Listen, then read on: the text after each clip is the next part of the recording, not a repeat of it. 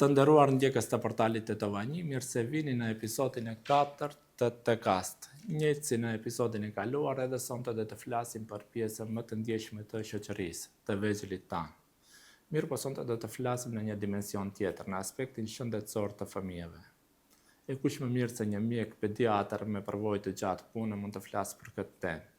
Kam nderin që të kem të ftuar sonte doktorin e nderuar Fitim Rexhepi, pediatër në Spitalin Klinik të Tetovës në repartin e kirurgjia kushërisë, si dhe i angazhuar në disa spitale private. Shkollimi i tij në Iran dhe specializimi në fushën e pediatrisë, i kërshëtuar bashkë me përvojën e gjatë në këtë fushë, bëjnë Fitim Rexhepi njërin ndër pediatrit më të kompletuar dhe profesionist në Tetovë. Zotëri Rexhepi, mirë se erdhët në Tekast. Faleminderit për ftesën dhe është nderi im që të jem në pjesë e emisionit tuaj. Atëherë e përmenda se shkollimin e keni bërë në Iran. Si përfunduat në Iran? Po, është interesant, domethënë mund të themi se ndonjëherë rinia dhe çmenduria është e barabartë me elementet e çmendurisë, po kjo çmenduri disi dha edhe efektin pozitiv.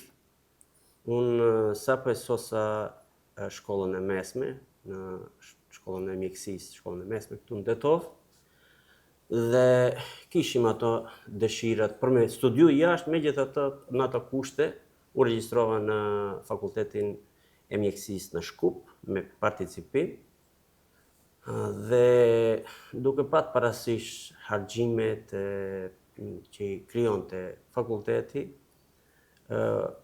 aplikova edhe në ambasadën e Iranit, pasi që pas kisha dëgjuar që kishte kërkesa që të pranojnë student nga Maqedonia, edhe dërgova kërkesën atje, na bën disa teste dhe na thanë që jemi pranuar.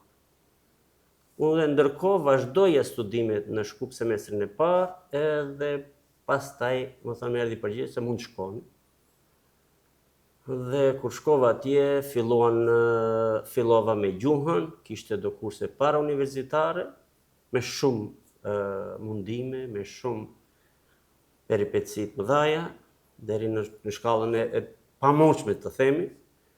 Mirë po fal shoqërisë atje, vlen të përmendi disa shokë që ishin nga Bosnja, arrita t'i kaloj këta me sukses dhe të futem në universitet, edhe universiteti kuptohet që ishte një sfidë shumë e madhe, do të thënë të ballafaqohesh me një gjuhë të rëndë, me një gjuhë të re, me një kulturë të re, po edhe njëkohësisht të ballafaqohesh të hysh në fakt në një arenë me nxënës apo student shumë të përgatitur, pasi që më thënë studentët iranianë që depërtojnë në mjekësi janë shumë të përgatitur, shumë inteligjent dhe është një garë shumë e madhe atje. Dhe kështu vijoj puna deri në fund, pastaj u kthyem, punova këtu pak 1 vjet e gjysmë si mjek i përgjithshëm, edhe pastaj nisa edhe specializimin në Shkup, në pediatri, dhe atë e mbaruam me sukses, pastaj u kthyem, vazhdova punën po ashtu, pastaj isha i angazhuar edhe te One Hospital, disa vite, prej aty për një transfer te Spitali Tetovës në repartin e neonatologjisë. Kur jemi te Irani, mediat e huaja na kanë bërë një vend tepër të izoluar Iranin. Cilat janë përshtypjet tuaja si mjek dhe si student në Iran? Irani është botë në vete dhe ato kufizime që i ka pas në fakt e kanë bërë edhe më enigmatik, megjithatë kur të hysh brenda edhe shet gjithçka. Duke u nis nga njerëz shumë të pasur deri njerëz të varfër, megjithatë kultura, civilizimi, shkenca janë në nivel shumë të lartë që ne larg kemi edhe atyre. Aty ka shumë universitete, vetëm Teherani si qytet me mbi 10 milion banor ka 6-7 universitete. Dhe aty prodhohet shkencë. Dhe nuk është e rasti që janë të fokusuar atje në Iran. Megjithatë Irani është një shtet shumë i madh. Mund të themi se ka prej një skaj deri në skaj tjetër ka 2000 kilometra, i bie sa këtu deri në Danimark shkoj parafërsisht. Edhe është shtet me klimat ndryshme në të njëjtën kohë. Do të thënë në veri ke akull e borë, kurse në jug mund të lash në mes të dimrit. Dhe kjo e bën atë si vend interesant, njëkohësisht është vend me pasuri të mëdha nëntoksore, me naftë, me gaz, me minerale të ralla e kështu me radhë, dhe me një rini, me një sistem shkollimi që dallon nga sistemi ynë, megjithatë janë njerëz të përgatitur dhe ka disa që, do të thënë, ne kishim edhe profesor që ishin të kthyer nga Amerika dhe ligjëronin në spitalet dhe universitetet e Iranit. Ke nostalgji për Iranin dhe për kohën e studimeve? Sigurisht, do të thënë të jesh të studiosh, të qëndrosh në një vend, do të thënë 8-9 vite radhazi dhe të mishërohesh edhe me atë vend dhe të pishuin atje, me siguri që krijon atë nostalgjinë. Dhe ka që nga prej 2010 e këndej unë s'kam qenë. Megjithatë, unë jam në vazhdimsi në atë anën, më thënë, kam ato lidhjet e mia në atë kuptimin me duke lexuar lajme, duke pa filma iranian. Edhe këtu kemi pas edhe ambasadën që kemi pas kontakte të shpeshta, tani nuk është më. Kemi pas kontakte të mira, edhe nuk e kam shkëput atë lidhjen dhe vazhdoj ta njoh mirë persishtën, kulturën e kështu me radhë. Lejo ta bëj edhe pyetje në fundit për Iranin. Momentalisht atje që fillojnë protesta për të rrezuar regjimin, si thonë. Si një student në Iran, si e shef? Shikoj, Irani vazhdimisht, më thënë, ka vite të tëra që ka protesta lart e poshtë. Megjithatë, këto protestat e fundit janë shumë më serioze dhe kjo nga fakti që para disa muajve ishte lufta Iran me Izrael. Sulmet që u bën Iranit, në fakt, sipas mendimit tim, Irani pësoi një humbje në aspektin ushtarak. Këtu vlen ajo fjala kur të merr erë në qafë, armiku. Popullata aty definitivisht është e pakënaqur nga sistemi.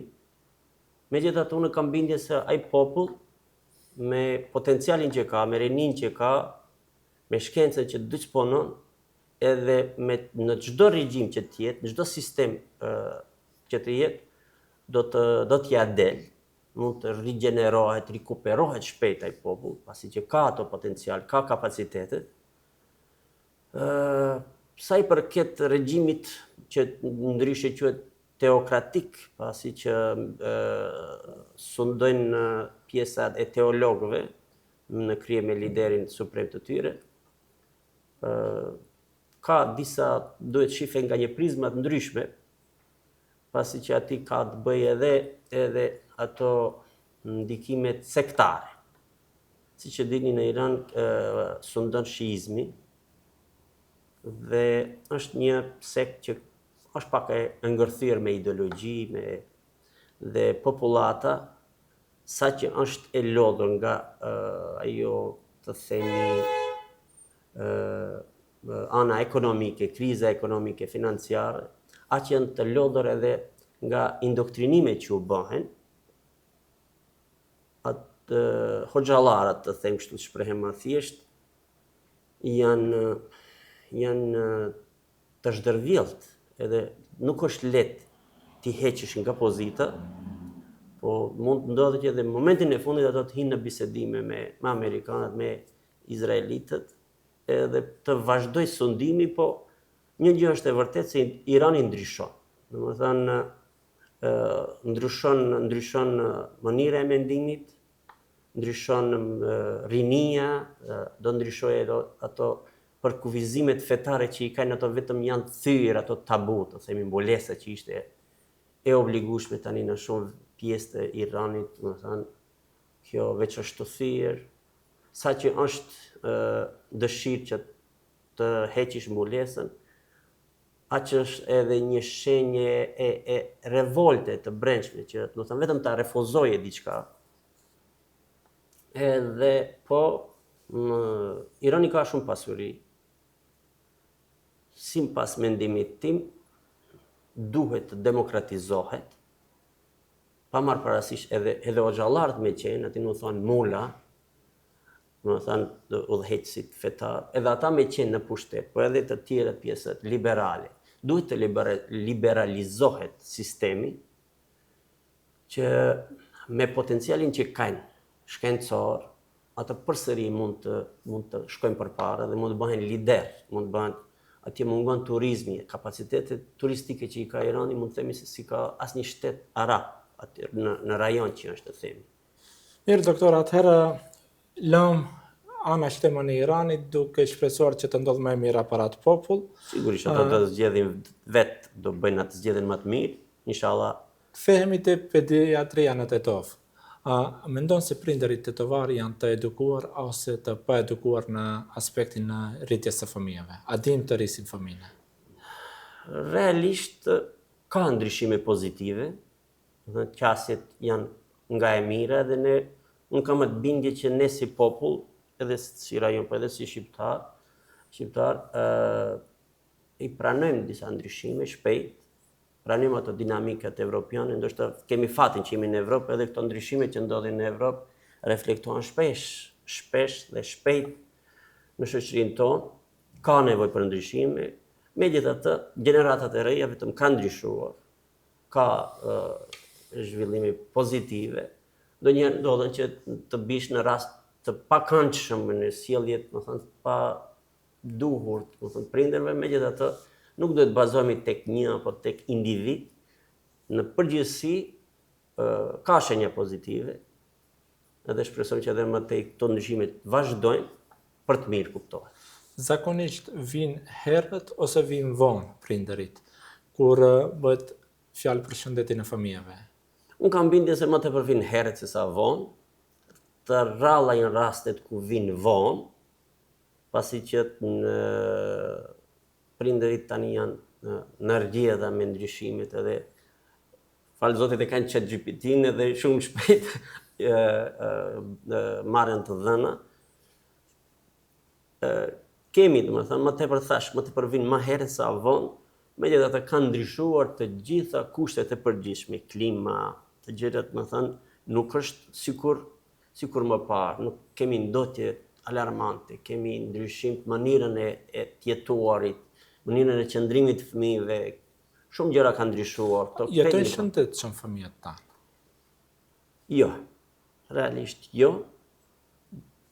Mundohen prindërit, po nuk ja arrin dot, pasi që mund duket se ajo fuqie e mediave në aspektin negativ i mbisundon atë dëshirën e prindërve për një ushqim të shëndetshëm, dhe ndonjëherë edhe ne vetë si prind bien prej asaj që, më thënë, edhe ne ushqimi jo shëndetshëm, kur na shikojmë fëmijët se çka ham ne jemi pasqyra indirekte edhe atyre. Ka tendenca, po janë të dobta, tendencat janë të zbeta. Përmendet ChatGPT-n, unë vetë si prind ndonjëherë konsultoj ChatGPT-n për shëndetin e fëmijëve, po besoj edhe shumica e prindërve e konsultojnë. Është e mirë kjo apo e keqe? Do me thënë, ta pjesim ChatGPT-n para doktorit? Ka në disa anë, më të themi që është ndihmes, është një vegël e mirë, po jo të bazohemi komplet, edhe është ajo thënje që si e pet është edhe t'je përgjigje.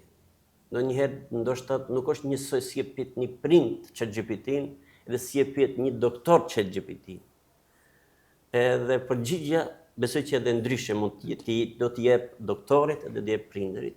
Po, në përgjithësi, më mirë është të jetë më tepër informuar, po edhe pak i stër informuar, se sa të jetë neglizhent. Unë shpesh u them prindërve, më mirë ta kemi një prind, një nën, që është, më thënë, më tepër që bëhet merak për shëndetit, se sa tjetë një nën neglizhente që ja haron fëmijën kur duhet t'i jep, që duhet t'i jep, ai ka dalë në një pushër, apo ka temperaturë, apo s'ka temperaturë, kështu më radhë. Prandaj, je marrat pozitive të them drejtë. Jemi në sezonin e virozave dhe gripit. Së murën fëmijët? Goxha. Goxha. Po, kemi qenë në atë piku, në atë kulminacionin e virozave, edhe kemi shumë fluks të madh të pacientëve, pacient që kanë pas temperaturë, është ndalë temperatura, ka fillu me koll, se përsëri temperatura, kanë qenë do viroza që, më thënë, kokforte të themi, që e lodhen imunitetin, pastaj kur lodhet imuniteti kemi super infekcion mbi virusin, mbi një bakterje, edhe krejt këta janë faktor që nuk kemi një shëndet, po të kthehemi ne dhe të analizojmë se sa herë kemi shkuar ne si fëmijë te mjeku, do të kuptojmë se ne kemi qenë shumë të shëndosh. Dhe tani prindërit, po ta marrish deri në 3 vjet i kemi konsultat, kontrollat mjekësore janë të panumërta për 3 vite të themi. Rrallë ke fëmijë apo prind që thot për 2 vjet kam qenë vetëm një herë te mjeku. A është kjo se prindërit bëhen merak më tepër ose fëmijët vërtet janë të sëmurë dhe kanë nevojë për kontrolle mjekësore? Të dyja janë, megjithatë na mungon një shëndet, një imunitet i dobësuar i fëmijëve.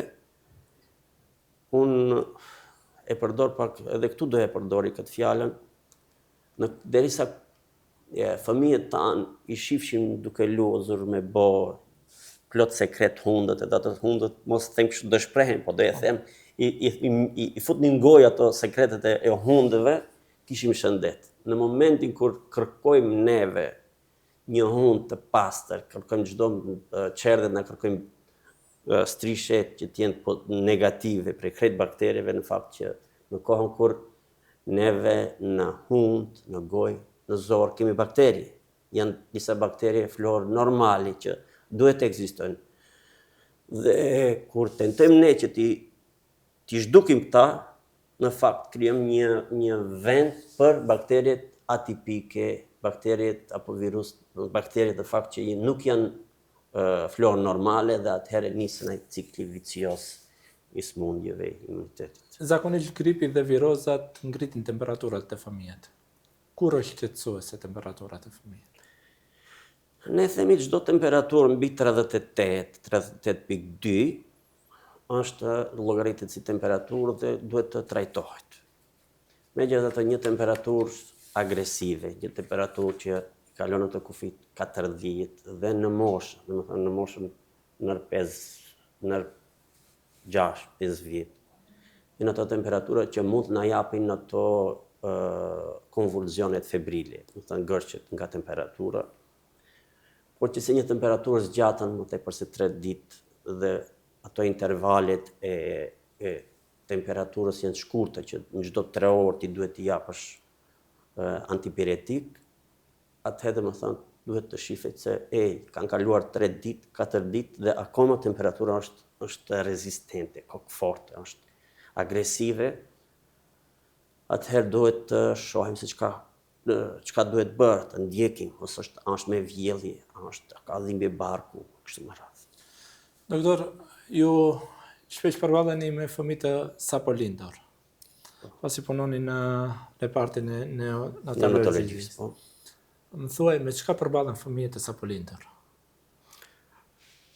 Të them kështu, përballen me ne ditë në momentin e parë. Megjithatë, unë shpesh edhe dhe thoja ne jemi ujtoksor, edhe ne jemi si krokodilet në fakt. Në barku në mitrën e nanës jemi në ujë, e pastaj dalim në thatë. Është ai momenti ku ndryshohet ambienti, ku temperaturat ndryshojnë, nuk është njësoj të rish në një temperaturë 37 gradë në një ujë të ngrohtë, edhe dalesh në një temperaturë themi 25 gradë. Dhe gjitha ato momentet prej kur del fëmiu, të ajri, sasinë e ajrit që gjendet në atmosferë dhe sasinë e ajrit, oksigjenit që e merr fëmiu nëpërmjet gjakut nanës është komplet ndryshëm. Do të thënë janë disa ndryshime që ndodhin për momentin, dhe fëmiu është një stres dalja në një hapësirë tjetër, në një ambient tjetër. Edhe prandaj duhet bëhet ai adaptimi i fëmijët me temperaturat, e varënti ato ndryshimet, saturacionin e oksigjenit, në fillim është pak më poshtë, pastaj dal ka dalë arrin atë nivelin. Varëntit se fëmijët kur dalin kanë rrahjet më tepër. Edhe dal ka dalë turi, na ulet edhe të rrahurat e zemrës. Fillim kemi fëmijët kanë rrahje më të shpeshtë, porsalinët edhe më tepër. Frimarit i kanë më të shpeshta. Domethënë krejt janë këto ndryshime që duhet të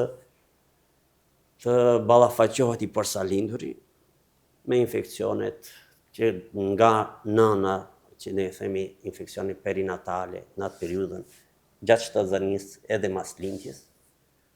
Domethënë gjithë janë këto sfida që ballafaqohet i sapo lindur. Zakonisht shumica e nërave tani zgjedhin që fëmijët të ushqejnë me qumësht formul, për shkak të angazhimeve ose mos t'i paraqikojmë. Sipas jush, cili qumësht është më i mirë, i nënës apo formul? Është shumë e qartë, ato që ka bërë Zoti, rrezikun që jep Zoti s'mund ta bëjnë njeri. Qumështi i nënës është ndryshe në fillim quhet kolostrum, që edhe në Shqip neve i themi, kemi fjalën kloshtër. Edhe më parë në tona qumshtin edhe të kafshëve, që sa ka lind, e kanë marrë dhe kanë bërë ëmbëlsirë. Ky qumësht është shumë i pasur me imunoglobuline, me shumë gjëra që në fakt fëmiu që është shumë i dobët në fillim, që ka nevojën sublime, ka një nevojë imediate për mu ballafaqu me gjithë ato bakteriet, viruset e kështu me radhë, qumshti i nënës i ofron atë më të mirën e vet. Qumshti i blerë, qumshtit në formë të luhurit apo formulat që janë në treg, mundohen që t'i afrojnë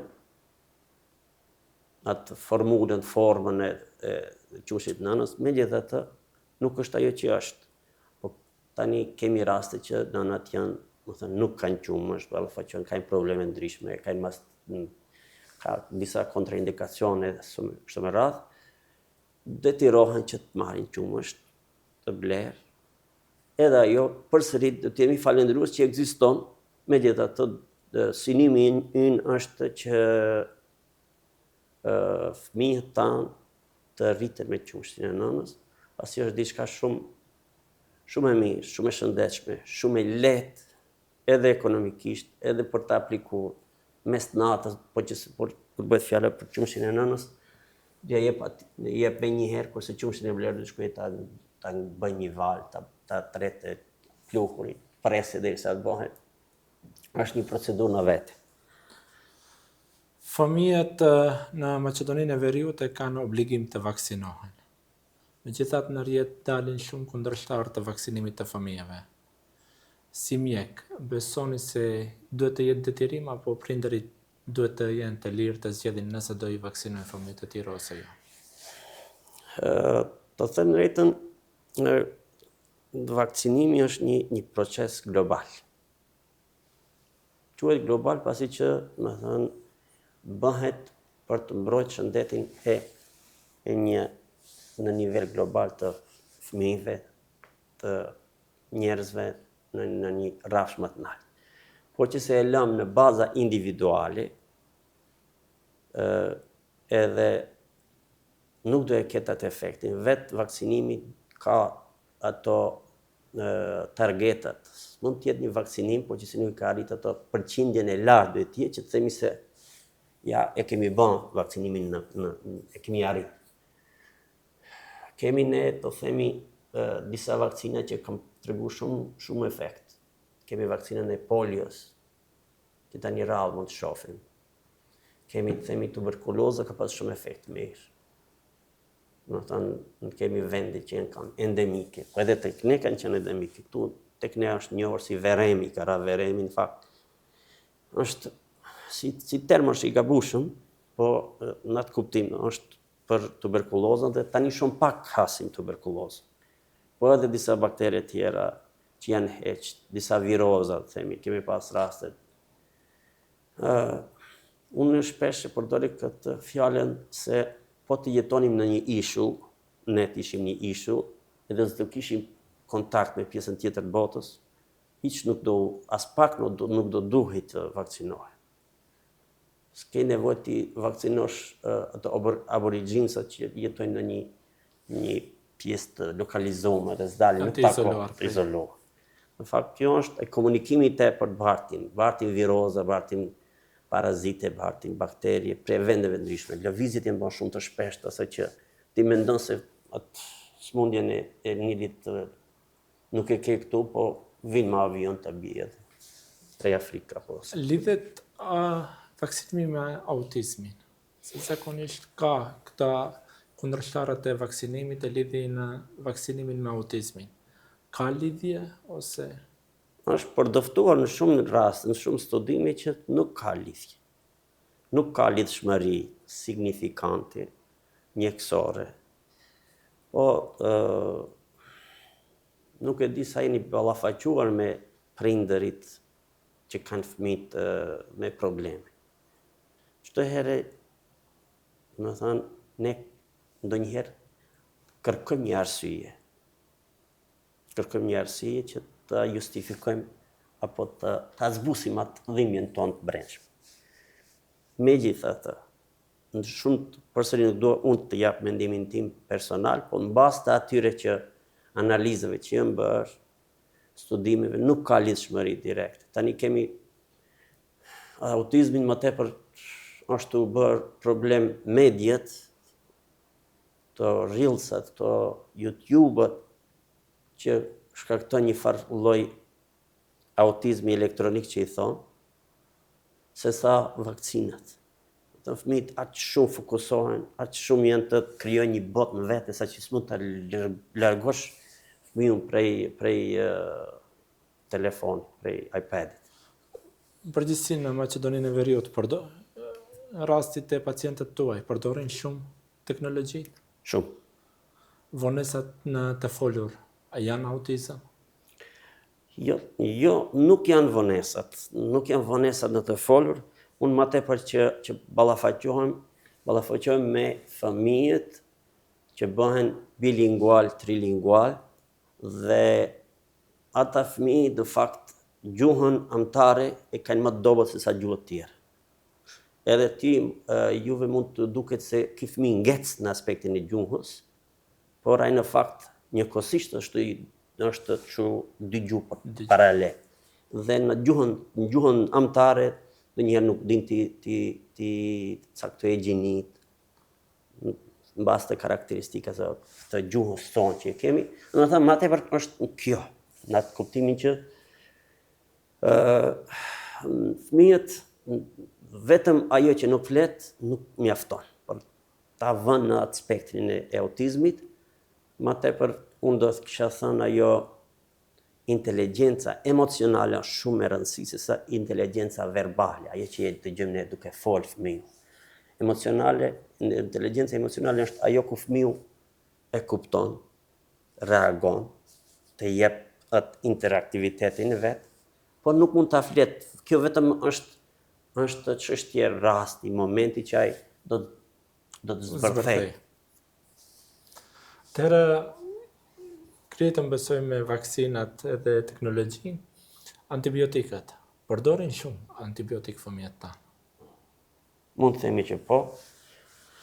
Një pjesën më të madhe ndoshta edhe ne jemi fajtor. Në pjesën tjetër ndoshta edhe sistemi pak na bën që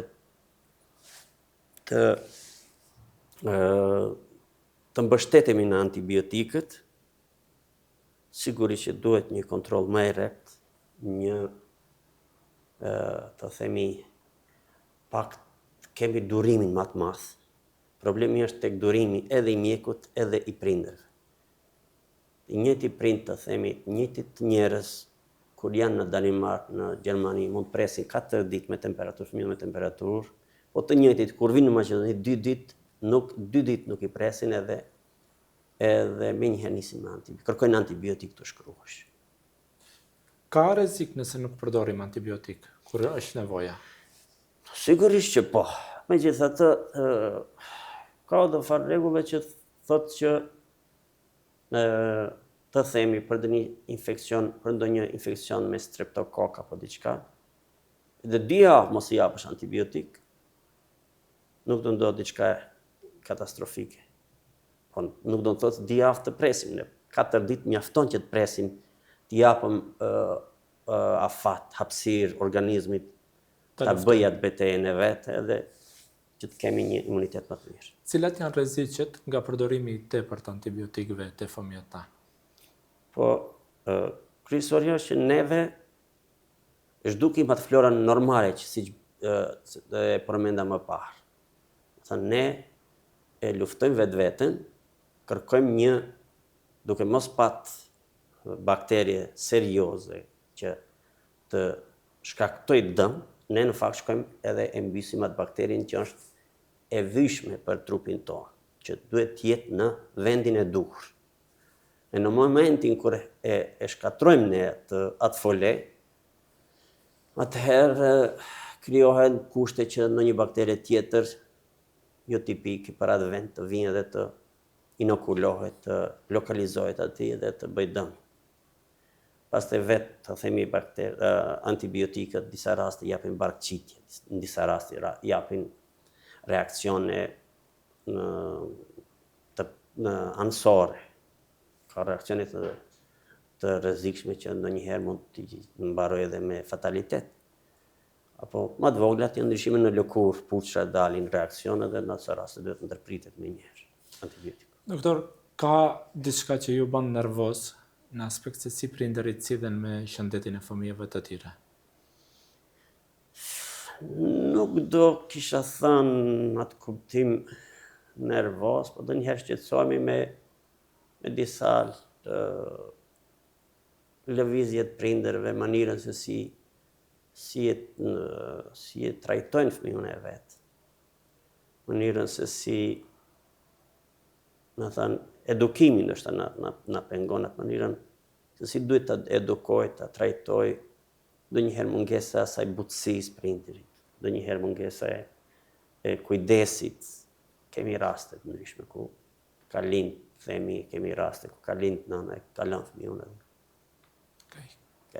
Kemi këto raste që të prekin. Si doktor që merresh me pjesën më të ndjeshme të shoqërisë, është emocion kjo punë. Ke menduar ndonjëherë kjo punë nuk është për mua, pasi emocionohesh ose ka pat ndonjë rast që të ka prek realisht? Të them drejtën, kur kam qenë në specializim në hemato-onkologji, ai trajtimi pjesa ku janë ato sëmundjet e rënda, kur u kthehesha, isha i lodhur. Kur i shohsha të fëmijët ashtu në atë gjendje, keni ndjen që lodhesh, jo se nuk e don, po lodhesh edhe nuk ke ndonjë afinitet që të punosh në atë drejtim, në atë repartin e onkologjisë, pasi që shef raste, kemi pas raste, të themi që ndonjëherë jo që po mbeten në memorien tënde si raste dhimbshme që ndonjëherë thosh sikur të mos ishte ashtu që e pash.